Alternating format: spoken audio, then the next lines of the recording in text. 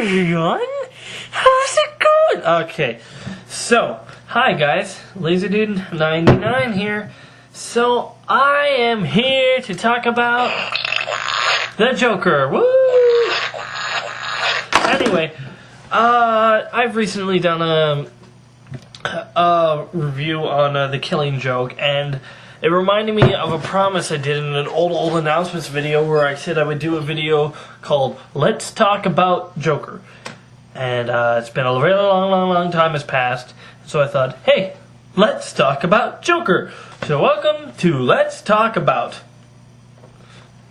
So, we're talking about the Joker, the man with the plan, no plan, with the man with the white face, the green hair, and red lips. Alright, the Joker was the first Batman villain created in comics. I don't know when he was created, but he was created, I believe, by Bill Finger. And he was, as we all know, the ultimate comic book villain. I mean, the Joker is unique in the way that, you know, for most people, for when it comes to a supervillain, let's take Magneto, for example. There's always basically only a couple of ways to write Magneto. Magneto is in his best when he is, you know, a person who thinks he's right, that mutants deserve their place in the world and all that. And that's usually the way he's best written. Joker can be at his best written when he's written completely different ways. Like, I will say who I think has had the best grip on the Joker in their writing, the Joker is just a cool character. Okay, I mean, he's crazy, insane, megalomaniac. There's no words to describe.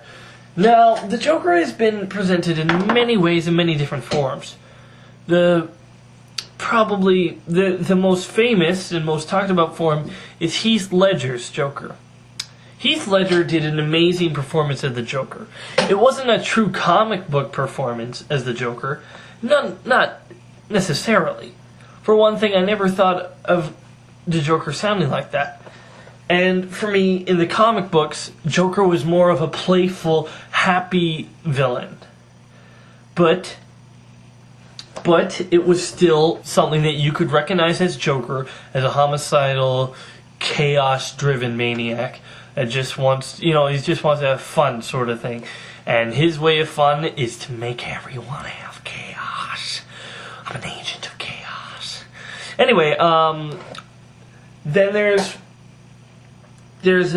Jack Nicholson, I believe, did an alright job as the Joker. He was pretty well cast as it, and he did a more of a flamboyant, less scary, more entertaining Joker. You know, Heath Ledger's Joker seemed like he had a more of driven goal, that he really just wanted to drive this whole city into chaos, and kind of prove that deep down everyone's kind of like him in a little way. Jack Nicholson's Joker is more, I want to be the most popular, most talked about guy around here, and I just want to kill people. His goals were less drawn out and less scary than the Joker's. Now, when it comes to comic books, I think that the Joker sometimes can be mishandled, misinterpreted, and it just depends on the writer. See, everyone has a different handle on Joker, just like almost everyone has a different handle on Batman. The Joker is a character that you just, in some times, you're horrified of what this guy's doing, and sometimes you just have to laugh at him. The most funny Joker that I've ever seen, read, whatever, is Mark Hamill, who did him on the animated series and the game Batman Arkham Asylum. His voice is just perfect for the, he just has this sort of way when he speaks that sometimes he can be just goofy and over the top, but there are times when his laugh gets low and he just gets into this whole and you're actually like almost horrified, but then just 5 minutes later you're laughing at him again.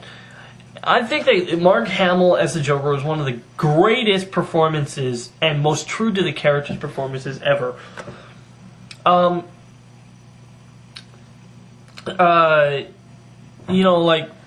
He once said in an interview that the Joker's laugh is kind of like a musical instrument. It depends his mood. Sometimes it can be just a whimsical, all-out gleeful laugh, and then sometimes it's a creepy, horrific laugh. And he really does it well every single time.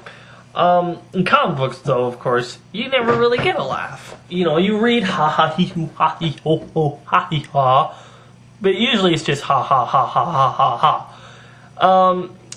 Joker's weapons, for the most part, are Joker gas, Joker squirting flour, which sometimes has acid and sometimes squirting gas, depending on the writer, and Joker gas, squirting flour, and sometimes a Joker grenade, depending on which one. Anyway, though, but sometimes the Joker, like for Grant Morrison's Joker in Batman R.I.P., is just stripped down to his bare essentials. To just, heck in that, all he had was 2 kind of barbershop knives, like Sweeney Todd. And that was just creepy enough. For Heath Ledger's Joker, all he had was knives. Nothing in his pocket but knives and lint. Once again, it depends on the way he's written. Now, in Batman Arkham Asylum, one statement that kind of supports all this is that every now and then the Joker reinvents himself. He reinvents himself with a new personality that will make him either more dangerous or less, or, I don't know. And in Batman R.I.P., Joker talks about how Batman always puts a new psychological box in the Joker. Every time he tries to escape it, he puts a new box around him, and he's forced to, I don't know, it's hard to explain. My favorite Joker version, I would have to say, is Mark Hamill. I mean, when Joker goes uber crazy, he's still enjoyable to watch and enjoyable to, he's enjoyable to look at, and you're horrified of what he does, but, only Mark Hamill can make you love the character one moment and hate him the next. Heath Ledger, he did an amazing performance too. He totally deserved that Oscar. Mark Hamill, and are just...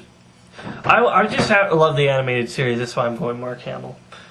Now, for written stuff, my favorite Joker stories that are written, I would have to say I loved him in The Killing Joke, of course, but I also loved him in The Dark Knight Returns.